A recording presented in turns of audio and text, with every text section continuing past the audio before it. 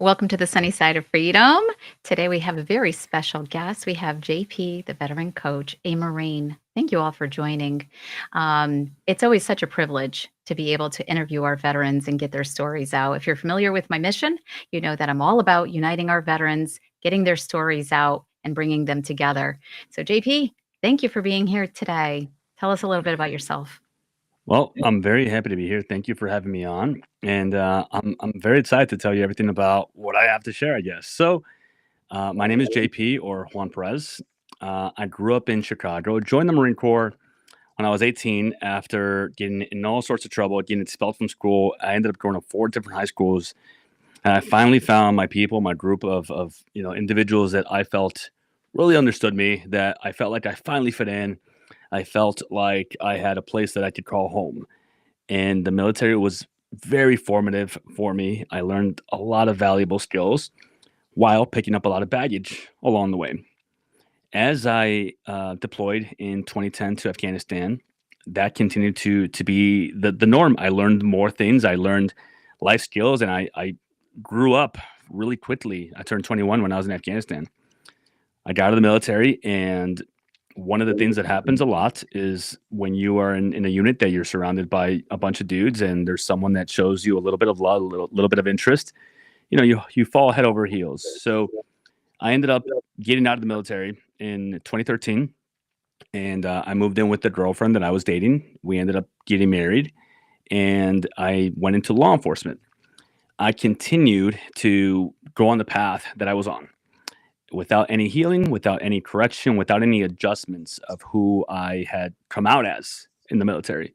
And it created a lot of turmoil, a lot of self sabotage. My first marriage ended terribly because of me diving into my work, because of me not realizing all the trauma that I had with me and just using it to excel in my career in law enforcement.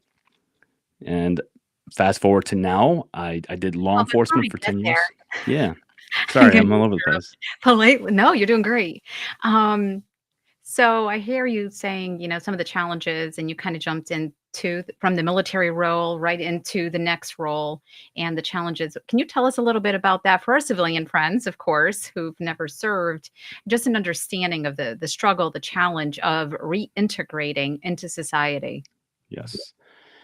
So one of the things that I truly believe is that veterans don't come back into society. We were never really a part of society because what do you know when you're 18? You really don't know much.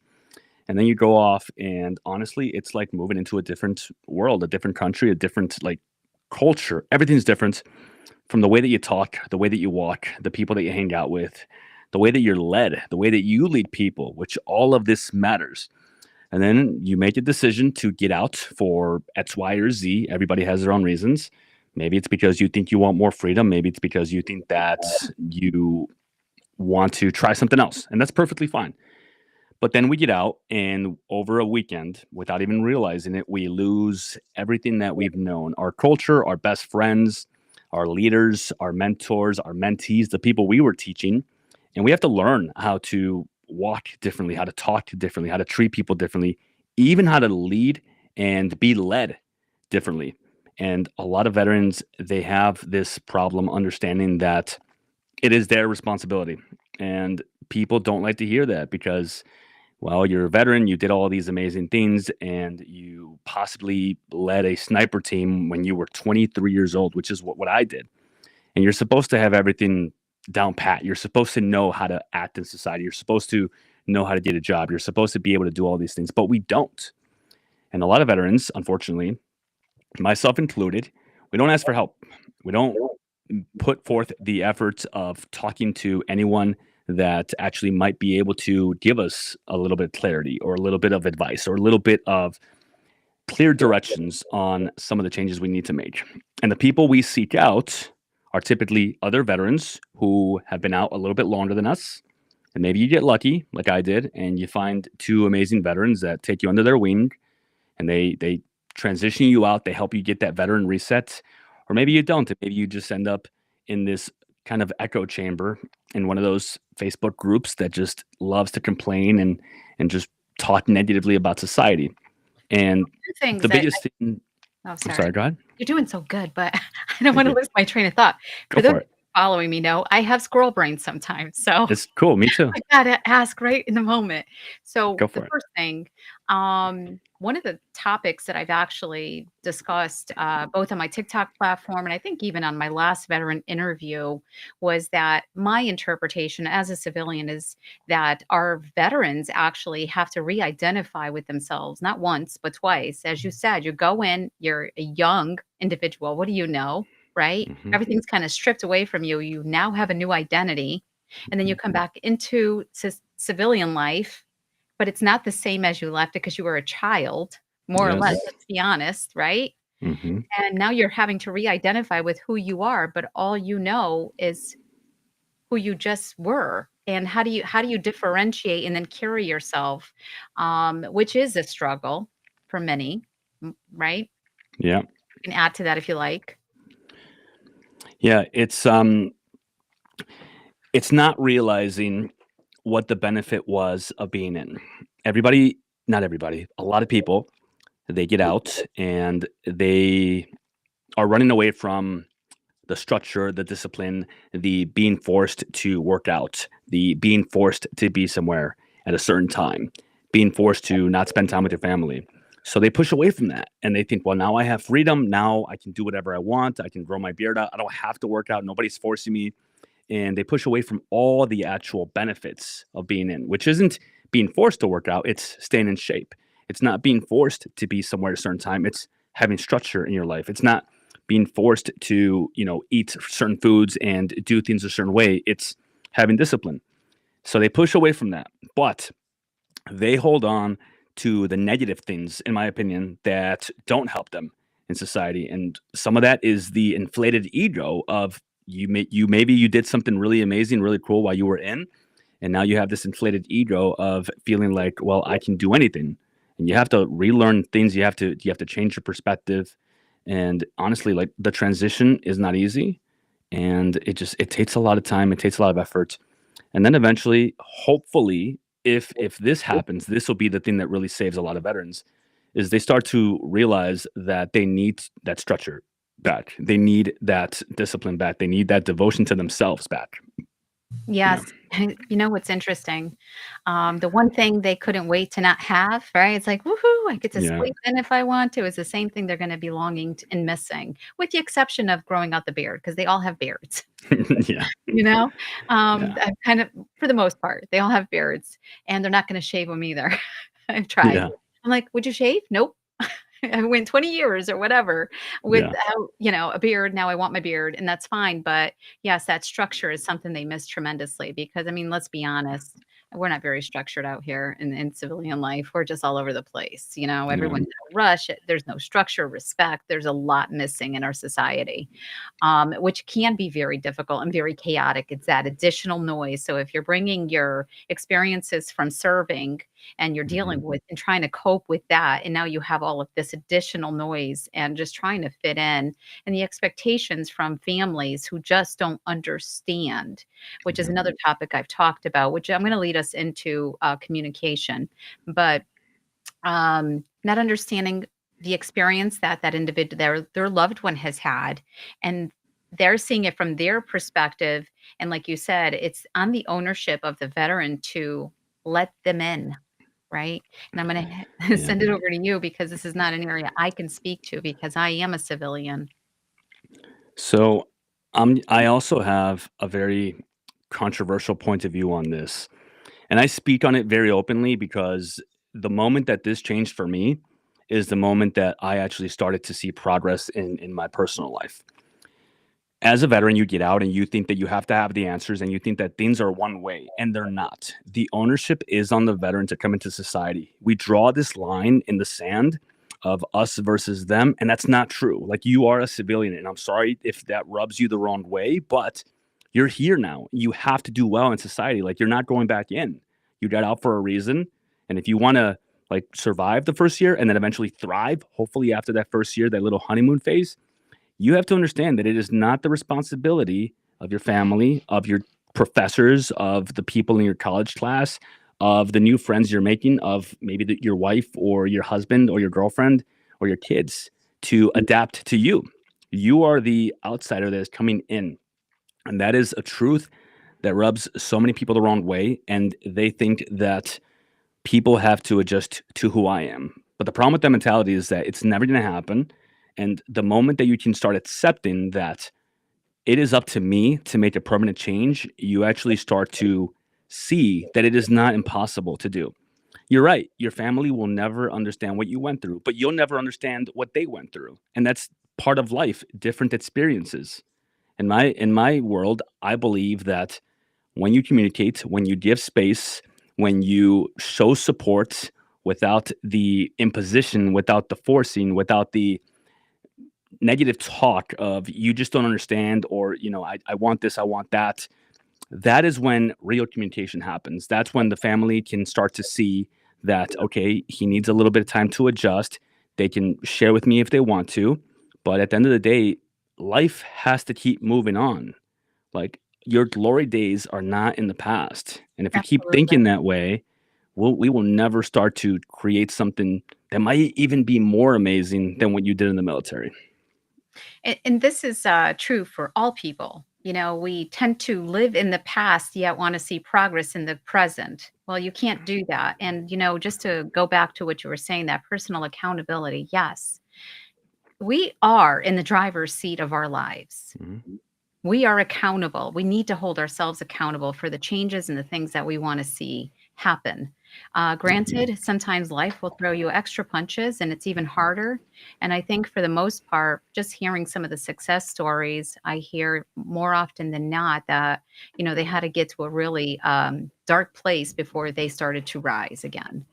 And I'm just gonna bring it up. Alcohol has been one of those leading factors in the coping, coming out of military, trying to numb down some of the pain, whatever it is that's going on with that individual. Um, but I also agree that, even though we have to bridge the gap. We have to bridge the gap in conversation, and it's just call out the elephant in the room. Mhm. I am a military service member. I've gone through things and being able to accept that you need to address them. The struggle is that stigma, and you mentioned ego. And I Mhm. think for so many, they get stuck in that ego of asking for help as a weakness when in fact it's a sign of strength. And they may not even know what kind of help they're asking for. It's just saying, "I need help. I'm not okay." Yeah. Alcohol is one of the tricky ones because you don't realize how much of a crutch it is for you when you are in the military because you are surrounded by it all the time. It is normalized. It is a coping mechanism when you're in because you use it for trauma bonding when you go through something hard and you go out with the boys. There's no measure, there's no limit. You don't really think about how it's going to affect you in the future, and you build up this kind of idea that this is just something that I do. And then over a weekend, you get out of the military and now you are in society and you continue to drink the way you used to drink. You feel like, why is no one else doing what I'm doing? And then there comes a point when you have to make a decision. Do I seek out other veterans at the VFW at other places and just continue this way, or do I make a permanent change? And to your point of understanding that seeking help is actually one of the first things that you can do that gives you permission to start healing. It's very true. When you go through the military and you come out and you have these ideas of who you are and you don't give yourself permission to like reinvent yourself and recreate it and find out who you are, you're never going to want to seek help because you feel like I'm not supposed to. I can't. And this is a stigma that is created in the military. When I got back from Afghanistan, I remember that we spoke to a therapist, and before we spoke to the therapist about our experiences in Afghanistan, we were very bluntly told that we better know what we're going to say because you cannot be combat inefficient. We need you for everything. We have to make sure that you're good to go. So you have an idea of what you can't and can't say, right? And in the military, they call the therapist the wizard because they make people disappear.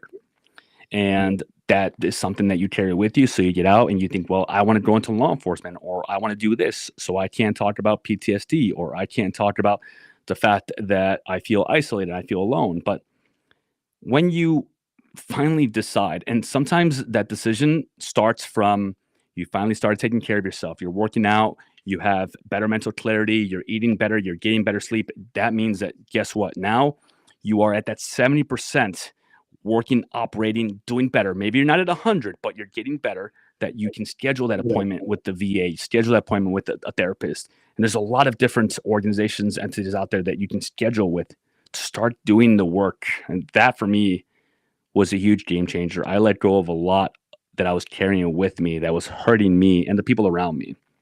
Absolutely. And I often say, you've seen my daily planks, 429 Mhm. today. That's My amazing. mindful moment. And let's talk about that a little bit. Is it too much to ask or to give yourself?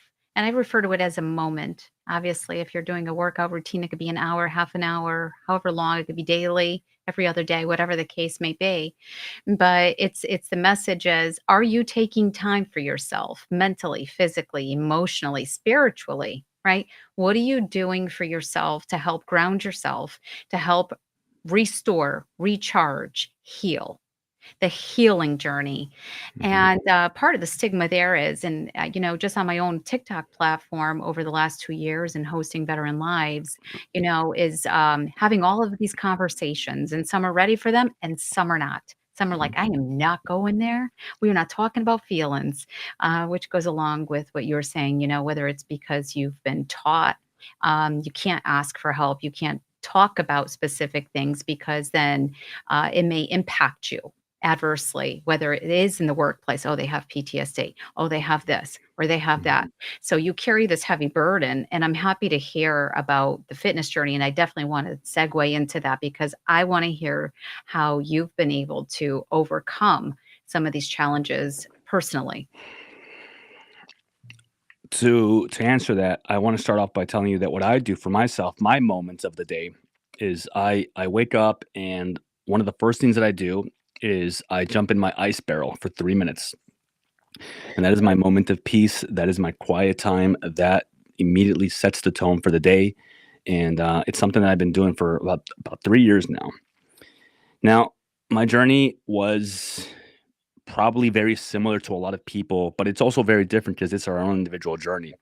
I made every mistake you could make. I went into a profession without healing, and I used all the trauma that I had to push people away at work. I loved knowing that there were people on other teams. I was on a TAC team in the police department that they didn't like me, and I took that as a badge of honor. I pushed my family away. They didn't understand me. I got married right away. That ended up in quick divorce. I thought that I couldn't speak about my problems because that would mean that I'm weak. I got fat. I stopped working out. I was drinking every night after work. I was showing up early to work because I have to. I was leaving late and just destroying my life. And it all came to a halt after my first divorce and me continuing to self sabotage.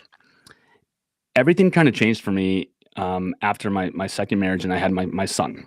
And I started realizing that I'm not just responsible for me, I'm responsible for him, but I have to be the person that I want to be before I can help or influence or change his life for the better.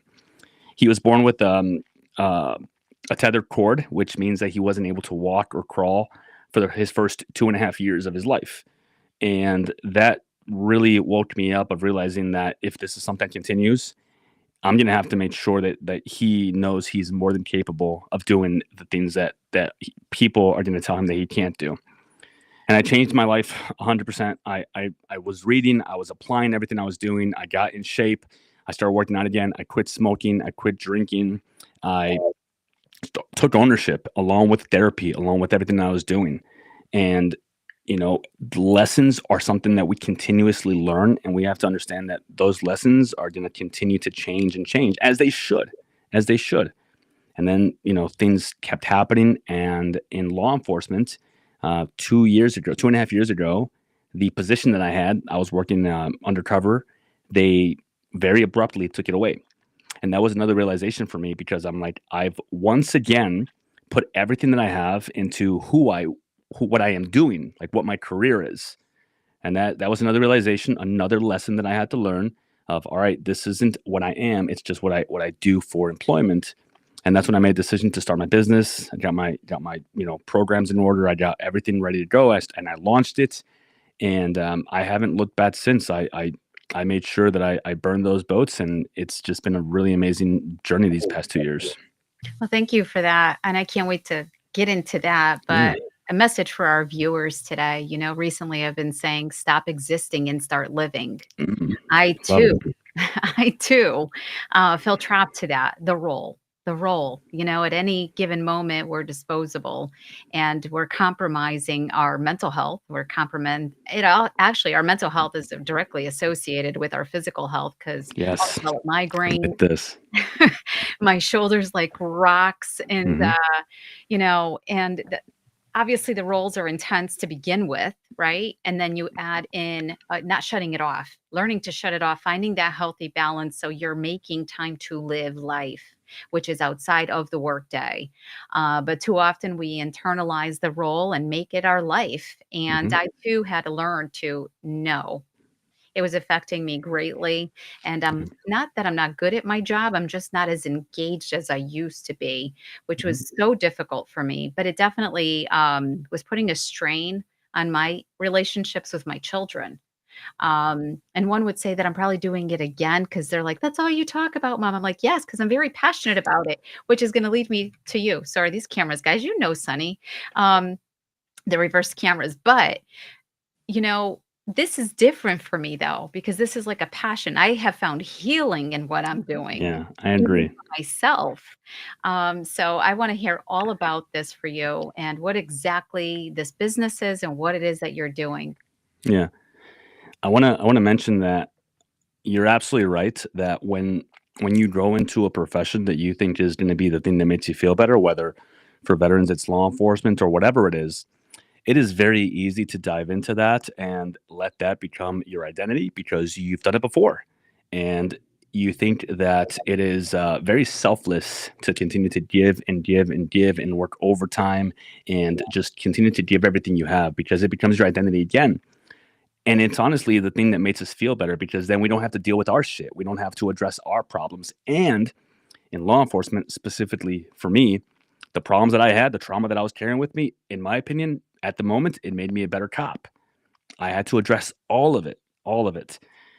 And when I did so, when I started to make the changes, and now that I'm where I'm at, I agree with you. It changes this business, this coaching program that I have.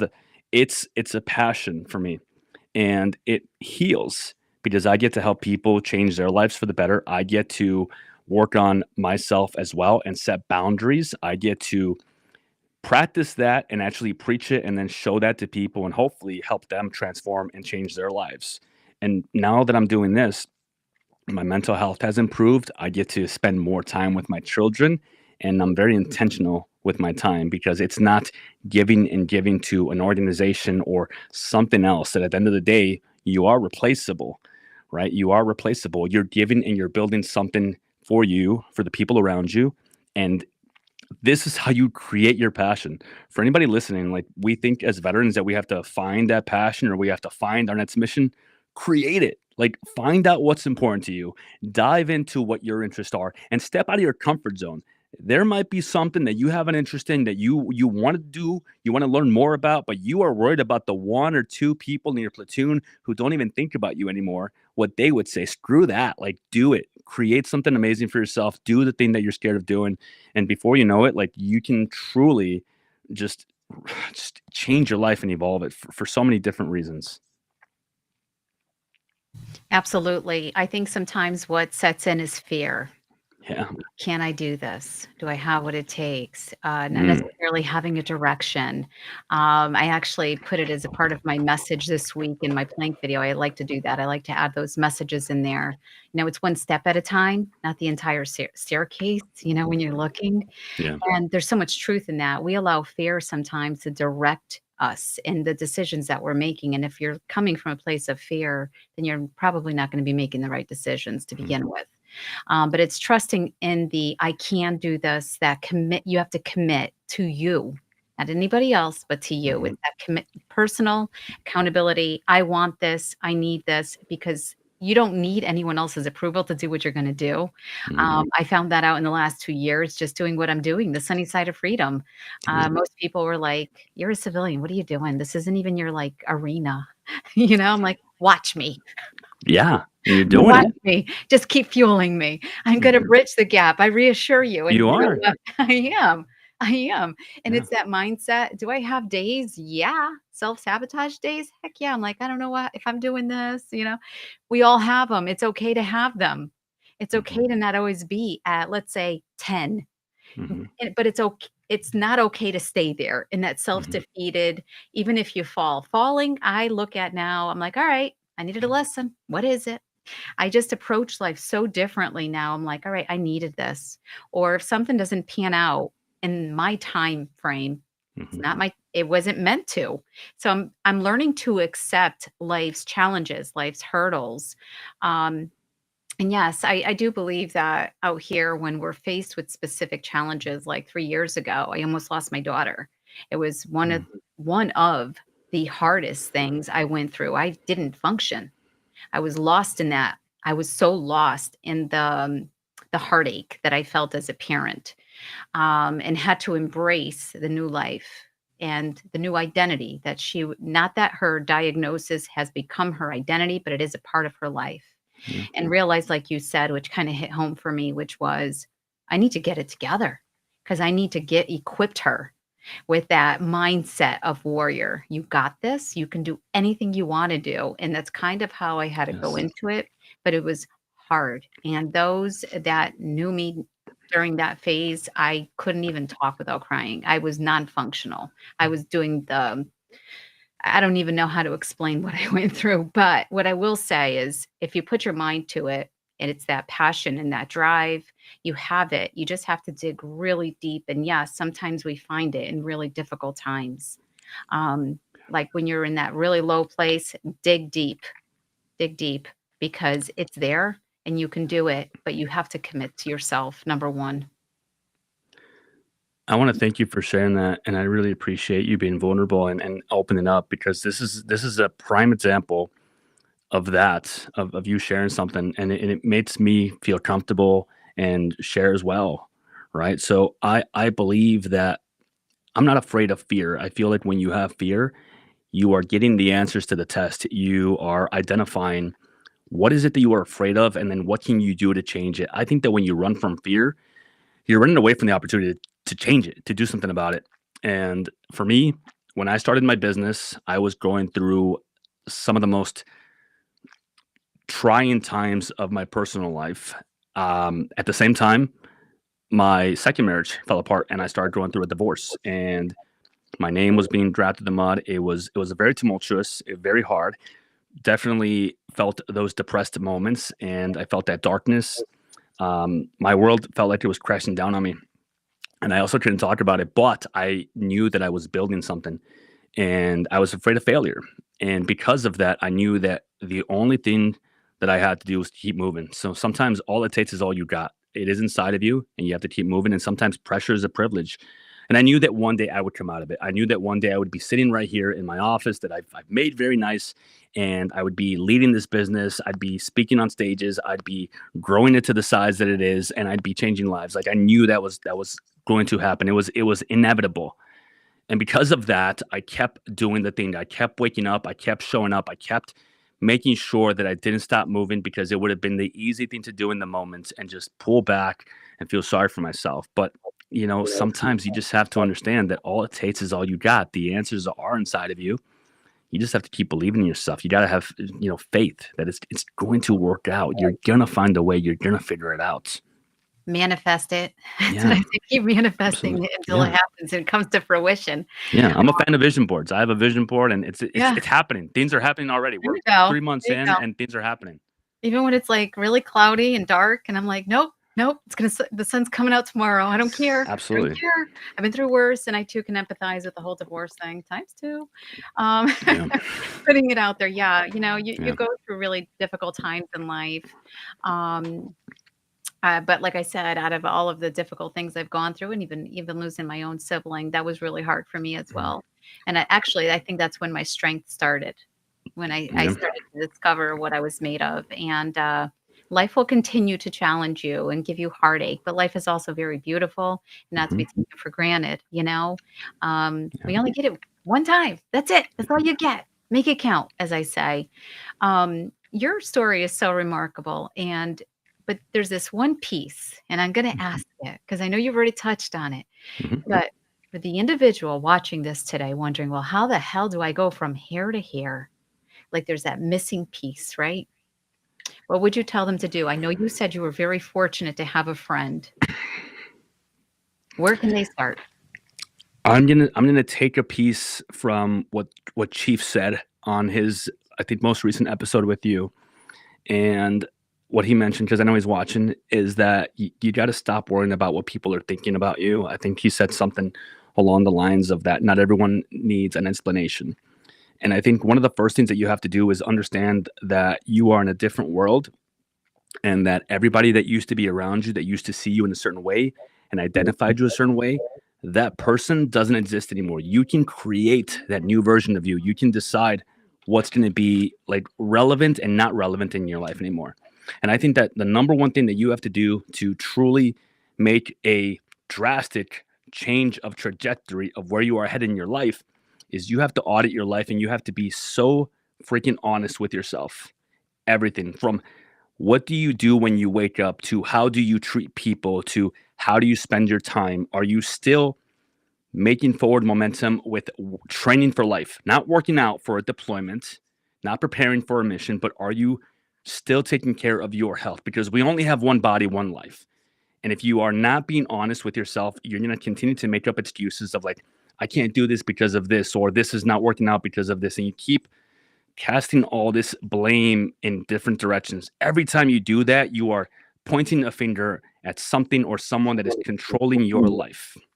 So when you do an audit and you start to identify, I'm not doing this, I need to be doing this, or I need to start organizing myself, or I need to start making sure that I'm not staying up till 3 in the morning on my phone scrolling, or I need to start making sure I'm not hanging out with the same people every weekend who just want to drink and complain, then you need to replace it with something else. You cannot remove negativity or negative people from your table without putting someone new or something new in that seat. Because when you get bored, when life happens, when things get hard, when you have that freaking boring Wednesday, you're gonna invite them back into your table. And that's the one thing you gotta do. You gotta audit your life, be honest with what you are not doing, what you need to be doing, and then start putting those places and those things and those people in your life that are going to help you as you remove the negative people, negative things, negative habits, negative tendencies, negative self talk from your life. And I want to add this piece too. And this doesn't mean sit there and beat the nonsense out of yourself. Give yourself Mm-mm. some grace. You're human, okay? Let's not Hmm. misunderstand this. It doesn't Yeah. mean sit there and I'm terrible. I'm doing this. I'm not doing that. It's not that. It's an No. assessment, self assessment. Am I Yeah. living my best life? Yeah.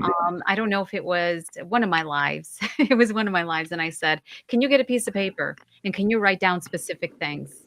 Because you can hold yourself accountable when you can see it, right? Hmm. And if you can check off every little one, then you're already headed in the right direction because only you can put one foot in front of the other to see that change happen. Hmm. Too often, I think, and I think I even found myself in this place at one point in my life, to be quite honest. I expected others to help me get out of my situations. Hmm. I had to do that. I had to own Yes. my life. I had to own my decisions. So this way, at the end of the day, when I made them, they were mine. I had to live Hmm. with the consequences, both positive and negative, of all of it. But to go back to what you were making reference to, and I think that was a coffee talk episode, which we're also here, guys. I think I still have to up so I can't even speak. Upload episode 25 from last Saturday. But those are real conversations. And the truth of the matter is, we live a life of so concerned with what others think of us. Am I meeting standards? And I think our military does struggle with this because you're held to specific standards when you're serving. And when you come out, now you're being viewed and criticized for specific conduct as well. Yep. Um, but what I will say to that is, as you most know me, lead in love. Can't go Hmm. wrong. Love is the answer to everything. Self-love, love for others, love for country. You name it, it starts with that. That's just how I go, you know? Yeah. And then lead the way and show others what that looks like. So when you see somebody struggling, don't keep walking. Lend that lending ear. Yes. That's what they need. They need an ear. They don't need an opinion. They don't need judgment, criticism. Mhm. They need support. And support comes in many forms, but it starts with listening. Yep. A little compassion goes a long way. Yeah. So, I did want to ask you what exactly, so tell me a little bit about JP coach, the veteran coach. What Mhm. does that look like? How are you coaching veterans, civilians out in your community? So when I did make that decision to create something of my own, initially it wasn't geared towards veterans. It was just something that I wanted to create to be able to leave my situation. And sometimes it starts from a place of pain and a place of change, and eventually it leads to a place of love. And that's the same with the audit as well, right? Sometimes it's like, I'm unhappy with where I'm at. What can I do to change it? And sometimes we can get there. I started the company, and eventually I realized that what I needed most when I got out was a program of accountability, of mindset, of mentorship, of fitness, of nutrition, of having a blueprint. Not the answers to the test, but that study guide, that teacher, that mentor that's going to help me and make sure that I have something to look forward to. I'm working towards something. And that is the mentality and the approach that I adopted when I transitioned my program into coaching veterans. I started making videos. I hired a business coach, which is super essential to the reason why I have been so successful. Everybody needs a mentor, and you have to make sure that you take everything that you can from any program that you are in, anything that you join. You get to decide what you get out of it.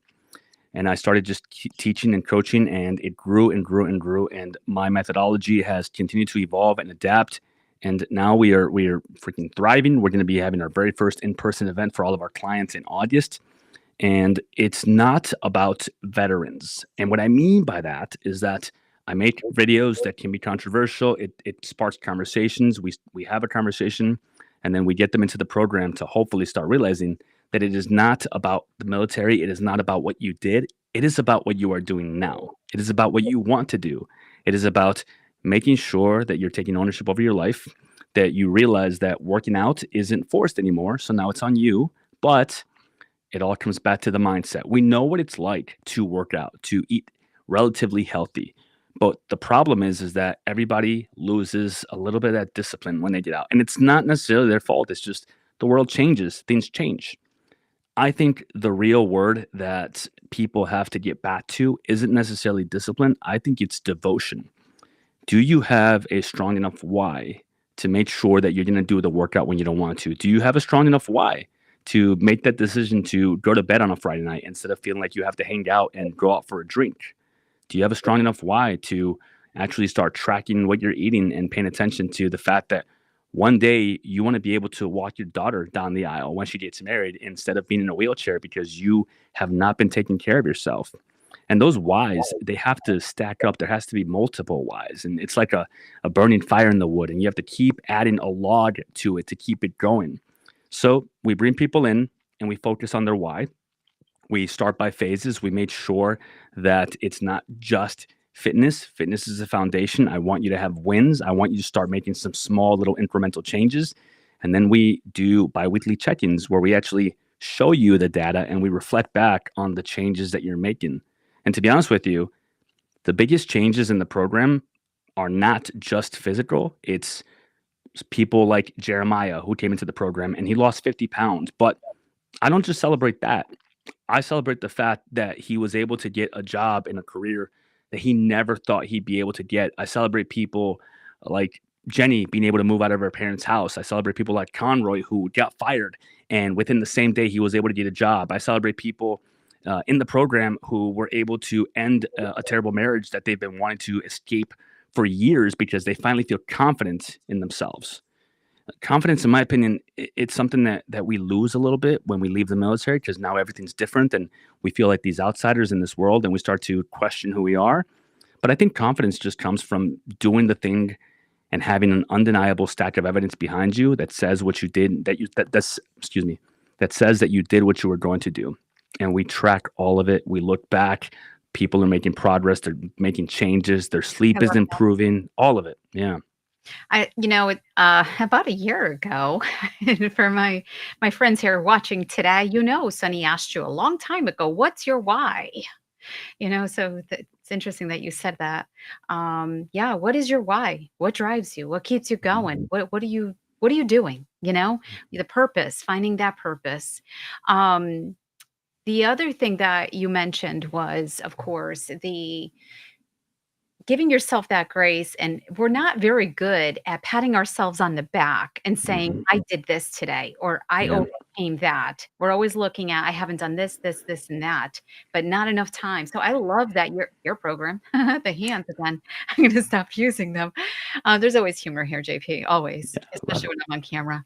Um, you know, Having somebody say, "Look, let's look at what you've done," it Mhm. definitely puts things into a different perspective, and this is something we can do for ourselves, like, with our friendships, right? If you have a really good friend, you're like, "Do you Yeah. realize what you've been doing? It's pretty amazing." Yeah.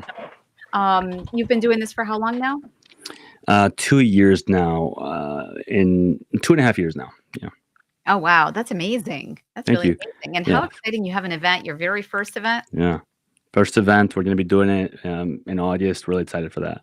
So for those interested in understanding what that event Mhm. is gonna look like, what will that look like on attendance? So it's gonna be specifically for the clients in the program. This is our first one. Next year, we wanna open up for more people, but we're definitely gonna be doing ice barrels. We're gonna be doing some group PT, some breath work. We're gonna be hopefully, not even hopefully, I know that by the end of the event, I want everybody crying at least once. I want some deep moments. I want some deep thinking, and I want some moments of like real breakthroughs. Yeah, Can I just tell you, if you make me go in an ice barrel, I'm gonna cry anyway. that's cool. Let's do it. I get too cold. I just It's a game changer. I'm telling you, it's hello, sunny amazing. side of freedom, sunny side. I like the warmth. I I can know. do ice. Um, and I've turned completely white, so there's that too, and my toes Yeah. will probably fall off, but I wow, that's amazing, and, anytime you have an experience, where you can have those breakthroughs, that time with yourself, but Yeah. you're surrounded with the right people, which is something else that I'll quickly touch base on. I often say, and you alluded to this before, "What are you gonna do? You're gonna go back to the bar tonight?" It's that crowd. Hmm. Know your tribe. Yeah. You know what's good for you. It's a personal Yeah. decision. Your friends can call you all day, every day, telling you, like, "Come on, let's go, let's go." You can decide. Hmm. You have to choose. No one can do that for you. And I think the minute you start realizing that your life is gonna change, and I refer to this as your inner circle, your outer circles, It's like peeling the onion back and saying, "Okay, Yes. what do I need in my life, really?" And at the end of the day, you don't need a lot of friends, you need the right friends. You need the Hmm. ones that are gonna hold you accountable. You're gonna need the ones that know your goals, know your passions, know what you've already expressed you wanna see happen, and then say, "Wait a minute, this ain't aligning," and hold you Hmm. accountable. Yeah. And I don't know that's true for all people, but I know that's the kind of friends I keep in my corner. I want Hmm. somebody to say, "Hey, you said you're uniting veterans across the nation. Are you doing it? What are you doing about it? What steps Yeah. have you taken? Hold me accountable." And sometimes I'll even tell my inner circle, I'm like, "Please hold me accountable to this. Make sure that I don't allow fear, doubt, criticism, anything to get in the way of the things that I'm looking to do." I'll give myself grace if events happen that I have no control over and maybe I have to postpone something, Hmm. but don't let me quit. Yeah. And at the end of the day, that's heavy because it's my responsibility not to quit. But I hope my friends will say, "Hey, you said you didn't wanna quit." Leave it at that, and then it's gonna be my decision, but go ahead.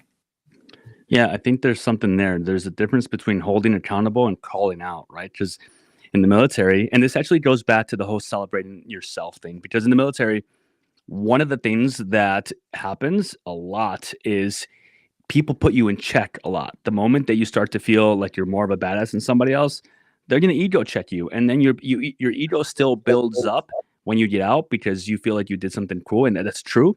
But you're humbled a lot in the military because you have to understand that people shit talk each other in the military, and because of that, maybe you have built this bad habit, this bad tendency of a lot of negative self talk, a lot of not feeling like you deserve what you are getting or like you should get help because you don't want to acknowledge the fact that you're doing something worth celebrating. And I think that that also ties into the accountability piece because sometimes when you only hang around with veterans and not allow yourself to see that there's different people, there's different ways of living, and you end up creating this environment of people who just call you out instead of holding you accountable. And there's a difference. There's a difference. Holding you accountable, in my opinion, means being willing to step into a little bit of discomfort and having that hard conversation with someone in the appropriate way versus shit talking someone behind their back or, calling someone out the wrong way. Yeah. Right, absolutely. Well, I know we're headed into our 1 hour here, Mhm. soon, but I did wanna touch base on, like, family, bridging the Yeah. gap with civilians, and also feelings, because Mhm. something there, that's like a taboo word in the Mhm. military. What feelings? You don't have any. And Mhm. then how that obviously affects your life, especially when you're coming in and having a family, having children, and you're trying to raise your children to have feelings about how they Yeah. treat others and how they're internalizing specific things versus toughen it up kind of thing, which is the mentality that I think a lot of our military carry with them because that's what they've been taught, you Yeah. know? Well, I want you guys to think back to your childhoods, and I want you guys to think about something that was very formative for you.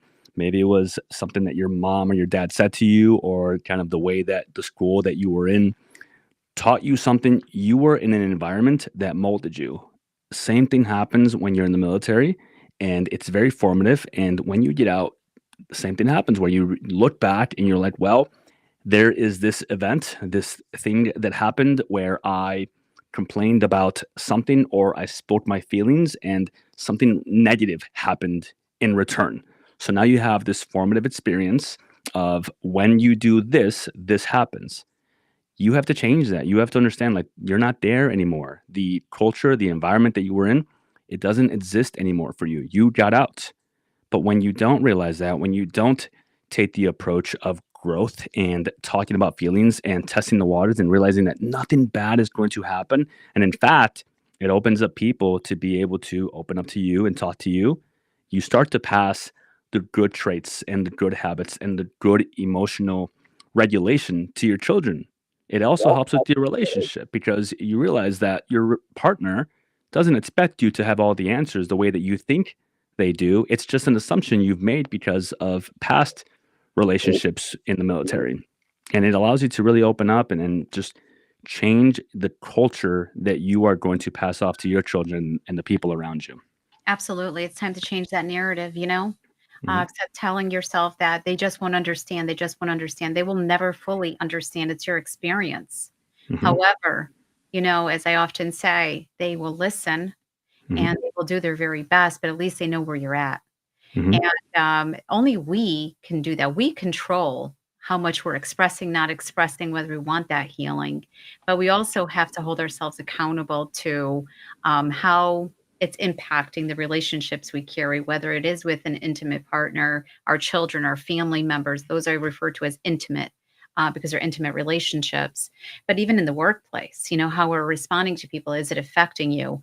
But I will also say this to be quite fair, when we're struggling and our mental health is in its worst place possible, it's so hard to even identify what the hell is wrong with us, right? We're just Mhm. off, is the best way I can explain. You're off, you're not thinking properly, you can't make sense of anything.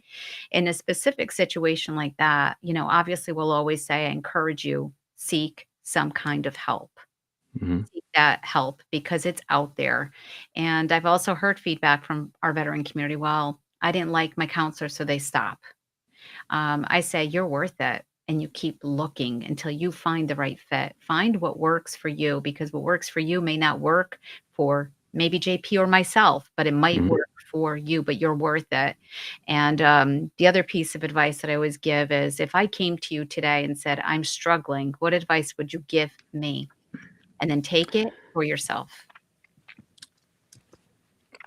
Something that I read a while back that really spoke to me is we do we do a pretty good job of thinking of solutions for other people because we are emotionally detached from it and we can see it from a bird's eye view. We can kind of think about, well, what's the best situation? What's the most reasonable thing? What is the thing that has to be done that might be hard to do? Um, but we have a hard time doing it for ourselves. So something that someone said to me a long time ago, and I read this too, is that you have to treat yourself as if you are someone that you are in charge of taking care of. You have to be willing to look at yourself and truly think about what can I do to make this situation better. You don't have to solve it. It doesn't have to be the perfect answer. You don't have to be in the best place tomorrow. But if you were to have a friend or a loved one or your son or daughter or partner, your best friend was in this situation, what would be the words of encouragement? What would be the advice? What do you think would be the first step that they could take to start making a change in that situation and creating a better environment? And it might be like scheduling that therapy appointment. It might be quitting the job or taking leave of absence. It might be not working so much overtime because they feel burnt out and therefore they can't address any of their issues and they are like driving themselves into the ground. And some people will think, well, that's not the answer to the problem. Right. Maybe that's not the answer to the problem, but that might be something that's aggravating everything else. And because you are continuously working yourself to the bone, because you are continuously avoiding having a hard conversation, or because you're continuously finding yourself in this pattern, in this cycle of negative self-talk, it's very hard to work yourself out of any situation that you're in if you can't even work yourself out of the small incremental change that you can do to hopefully get out of it permanently one day. Absolutely agree with you. Wow, we're almost at an hour here. What a great It's conversation. been fun. It really has. Yeah. Very grateful that you took the time out of your schedule to come on the Sunny Side of Freedom platform and share what you're doing now, how you've been able to manage and overcome so many of your own personal challenges, coming out of military, coming into the civilian world, and then serving again, and where you are now. Like, I applaud you. Definitely keep leading in love for yourself. Numero uno is what I say. Yes. um, you know, I really do believe that, we use the word love very we just throw it around like it's nothing. But you have to love yourself before you can honestly love anyone or anything else to Yes. its fullest capacity. And self-love should come kind of like shine out of you. Like, that's a person that loves themselves. And how are Yeah. they doing that? They should be able to be bullet pointed out. And I want to give it over to you for any closing thoughts before we head out. Can you tell us where we can find you? Are you on YouTube? We know you're on TikTok because I love your videos. Guys, follow him on TikTok, JP, the coaching veteran. That's where I found you. And I was like, I love this. This is awesome. Thank you. What else? Um, Thank you for what you said. You're absolutely right. You have to love yourself first. You have to make sure that people see you as a shining light of what's possible for them. And everybody here is inspiring people, whether you know it or not. People look to you to be a beacon of light. And by the way, what you're doing, so this is amazing. It was best questions I've ever had on a podcast. So loved it. It was absolutely amazing. Anyone can find me on all socials. We're everywhere. LinkedIn, YouTube. I have a podcast. All socials. It's JP, the veteran coach. And the podcast is the Vet Rise podcast. We just hit 1 year a couple of days ago. So that's pretty cool. But yeah, TikTok, Facebook, Instagram, JP, the veteran coach. And if you message me, I will reply. It might take me a little bit, but I will reply. Thank you so much. Thank you so much. So I guess I'll Thank close you. out with my closing thoughts. I will continue to do this. I will be here on YouTube, hosting these interviews because I think they're important. Every veteran has an important story. We all have a story to tell. Every story is going to be different, but at some point, we're going to resonate with specific experiences and feelings and emotion. This is how we connect, human connection, right? And I will continue to share these because I love doing it, number one. And number two, I think that every time you guys get up here and share your stories, it encourages another veteran to say, wait a minute, I'm not alone. Someone else has struggled. Someone else has had it hard, and look at where they are. Not to feel badly about where they are currently, but hopefully to strive to overcome their own personal challenges and reach for those goals. Because you know what? You can do it at any age, at any time. You just have to decide to choose you, number one. And I will always say, as most know, keep filling that cup. You can't run on E or empty. And what does that look like for you? And I will always encourage everyone to write it down. Are you journaling? Are you keeping lists for yourself? Hold yourself accountable because it really truly is a mindset. And anything we set out to do The more you do it, it's called practice, and I used to hate that word. I had a friend, actually, 420 Chief, shouting you out, love your face. He'd say, "Oh, you just gotta practice." I'm like, "I hate that word." The practice word, whether it's practice at the gym, practice in life, practice cooking Truly. and burning the rice, whatever it is, you gotta practice, and it's exhausting, and it can really feel like defeating, but you Mhm. will eventually, be able to overcome specific challenges, like, "Oh, I got that now, I can make that rice with my eyes closed. It's no longer sticking to the pot," you know? Yeah. But and even for myself, for those watching, and if you're curious about uniting veterans across the nation, that is Sunnyside Freedom, my mission, which is uniting veterans both on the platforms, not just on YouTube for our veteran interviews, but I also host a Veterans Live and 2 additional lives on my platform TikTok, bridging the gap between civilians and our veteran community, because I do believe that people need people. Veterans Mhm. need veterans, and we learn from one another. It puts things into perspective, and it allows us a space where we can Mhm. come together and say, "Okay, that's what's been going on." Yep. It's time we start, breaking the silence and talking about the words that are taboo, like N22, PTSD, all of it. All of it needs to stop at some point. We need to start having open conversation, honest conversation. Feelings are real, they're intended to be there. And too often we shut them down. If you're not feeling, you're not living. And it's time we stop existing and start living our best life. And only we can decide to do that, not just for ourselves, but also for those around us. Um, I'm grateful for this opportunity to be here with you. And for those that joined us today and are tuning in, thank you. Please visit me on www.sunnysideoffreedom.net. That is my website for the Sunny Side of Freedom. Get familiarized with my mission, and happy to announce once again, I'll repeat this over and over. I also have a nonprofit. Both myself and 420 Chief have actually embarked on this amazing adventure. We created Break Stigmas, which is where you'll also see those stigmas hashtagged, because they're that important to us. And we look forward to 2025 and going forward to doing amazing things, bringing events to our communities.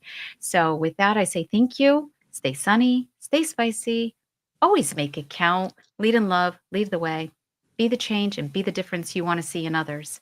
Thank you again, JP. I appreciate you, and Thank you, Sunny. you'll come back on the sunny Oh, side of things absolutely. again. Absolutely. All right. Thank you again. Have an Thank you. amazing day.